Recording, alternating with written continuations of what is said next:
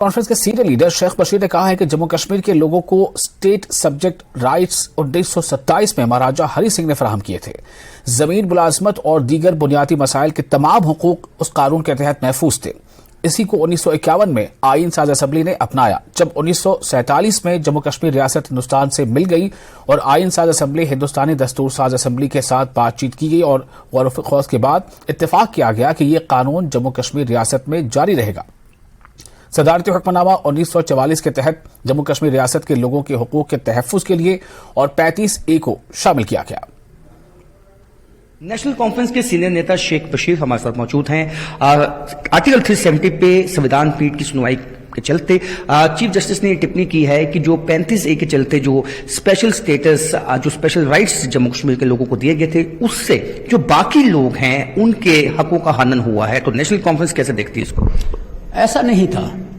Chief justice صاحب کی رائے کے کو تو میں نہیں کہہ سکتا ہوں، کیونکہ جو چیز چیف جسٹس صاحب کے سامنے پیش کی جائے اسی پر ٹپنی ہوتی ہے، لیکن میں یہ سمجھتا ہوں کہ 1927 میں مہاراجہ ہری سنگھ جی نے جموں کشمیر کے اندر پشتنی باشندہ ریاست سرٹیفکیٹ کا ایک اجرا کیا تھا، ایک قانون بنایا تھا، اور 1947 میں جب کانسٹیٹیوشنٹ اسمبلی کا وجود آیا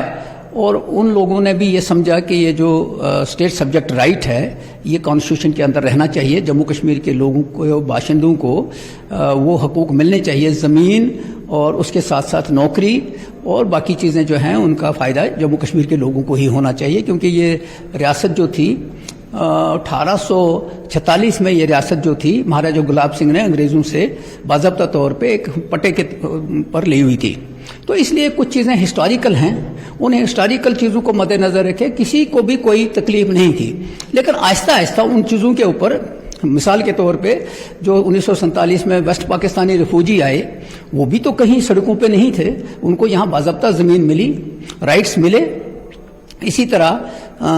جو گورکھاز ہیں یہاں آئے تھے یا بالمیکیز ہیں وہ بھی یہاں باضابطہ ان ساری چیزوں کا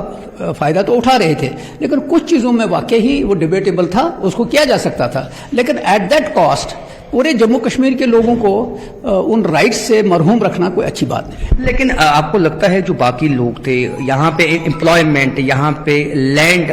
رائٹس جو تھے وہ ان کو نہیں ملے؟ دیکھیے جی، لینڈ آج تو پورے انڈیا کے اندر لوگوں کی شکایتیں، ہماچل ہے ہمارے ساتھ، وہاں 371 کے تحت آپ زمین نہیں خرید سکتے۔ اسی طرح بہت سی جو نارتھ ایسٹرن اسٹیٹس کے اندر بھی ہے، تو جموں کشمیر کے اوپر کیوں سوال اٹھایا جا رہا ہے؟ یہ جو نارتھ ایسٹرن اسٹیٹس ہیں وہاں تو آج بھی آپ زمین نہیں دے رہے ہیں، اور آپ گارنٹی دے رہی ہے، گورنمنٹ بھی کہہ رہی ہے اس وقت کہ نارتھ ایسٹرن اسٹیٹ میں ہم ٹچ نہیں کریں گے، تو جموں کشمیر کو تباہ کیوں کر رہے ہیں؟ اور PDP کے ترجمان وریندر سنگھ سورو نے کہا ہے کہ جموں کشمیر کے لوگوں کو اسٹیٹ سبجیکٹ رائٹس 1927 میں مہاراجہ ہری سنگھ نے جموں کشمیر کے لوگوں کی بہتری کے لیے فراہم کیے تھے۔ زمین، ملازمت اور دیگر بنیادی مسائل کے تمام حقوق اس قانون کے تحت محفوظ تھے۔ انہوں نے دفعہ 370 کی منسوخی کو پلوامہ حملے اور کشمیر کی صورتحال کے ساتھ جوڑنے کے لیے سالیسیٹر جنرل کو بھی نشانہ بنایا۔ جو 370 یا 35 تھی وہ ایک قسم کا یہ تھا کہ جس طرح باقی اسٹیٹوں کے پاس کسی کے پاس 371 یا اسپیشل سٹیٹس ہے، یہ ایک قسم کی ایک کانسٹیٹیوشنل گارنٹی تھی ہماری زمین اور ہماری نوکریوں کے لیے،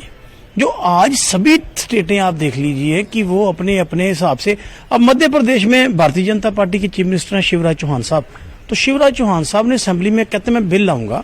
کہ جو مدھیہ پردیش کی سرکاری نوکری ہے وہ مدھیہ پردیش کے بارن سٹیزن کے لیے، اچھی بات ہے۔ تو اسی طرح کی گارنٹی ہمارے پاس تھی۔ باقی چیف جسٹس صاحب سنوائی کر رہے ہیں، میں ان کے اوپر کچھ سالیسیٹر جنرل ان کا بھی یہ کہنا ہے کہ انہوں نے کہا ہے کہ جو پلوامہ اٹیک ہوا اور جو حالات تھے جموں کشمیر کے، وہ بھی ایک وجہ تھے کہ وہاں پہ 370 کو اپلیکیٹ کرنا پڑا۔ دیکھیے ایسے ہے، اب سالیسیٹر جنرل صاحب کس کی بھاشا بول رہے ہیں اور کس کے کہنے پہ کہہ رہے ہیں، میں کیا کہہ سکتا ہوں۔ آپ کو یاد ہوگا کہ جب یہ سنوائی شروع ہوئی تھی تو سرکار نے ایک ایفیڈیوٹ دیا تھا کورٹ میں، تو آنریبل چیف جسٹس صاحب نے یہ کہا تھا کہ میں کانسٹیٹیوشن کے تحت دیکھوں گا یہ توڑنا ٹھیک ہے یا غلط ہے، حالات کے ساتھ اس کا کوئی لینا دینا نہیں۔ اگر یہ کہتے ہیں کہ 370 کی وجہ سے پلوامہ ہوا، کہتے ہیں نا، تو 5 سال ہو گئے ہیں 370 کو توڑے ہوئے، 4 سال تو ہو ہی چکے ہیں نا، تو مجھے بتائیے کشمیر کے حالات ٹھیک کر دیے؟ میں سالیسیٹر جنرل صاحب سے پوچھنا چاہتا ہوں، آپ نے کشمیر کے حالات ٹھیک کر دی، آپ سرکار کا پکش تو وہاں لے رہے ہیں، لیکن مجھے بتائیے آج کشمیر کی حالات دیکھیے، 5 دن سے ایک AW بارہمولہ ڈسٹرکٹ سے ابھی تک اس کا پتہ ہی نہیں ہے، گھر سے نکلا ابھی تک نہیں ہے، اس کے اوپر ایک پریشر تھا، کیا تھا جو ہم لوگوں کے سن رہے ہیں، تو کہاں ہے سرکار؟